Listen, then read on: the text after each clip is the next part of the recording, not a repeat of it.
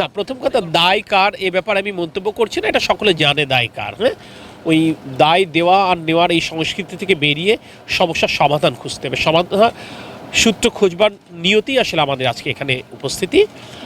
কত দ্রুত আমরা অপারেশন অ্যান্ড মেনটেন্যান্স ঠিকাদার নিয়োগের মাধ্যমে এই এসপিএম বয়ার কার্যক্রম আমরা পাইপলাইনের মাধ্যমে গভীর সমুদ্র থেকে তেল খালাস করে এখানে নিয়ে আসা মহেশখালী থেকে, এবং এখান থেকে পাইপলাইনের মাধ্যমে ইআরএলের মাধ্যমে সারা দেশে ছড়িয়ে দেওয়া এই কার্যক্রম দ্রুততম সময়ের মধ্যে আমরা শুরু করতে চাই।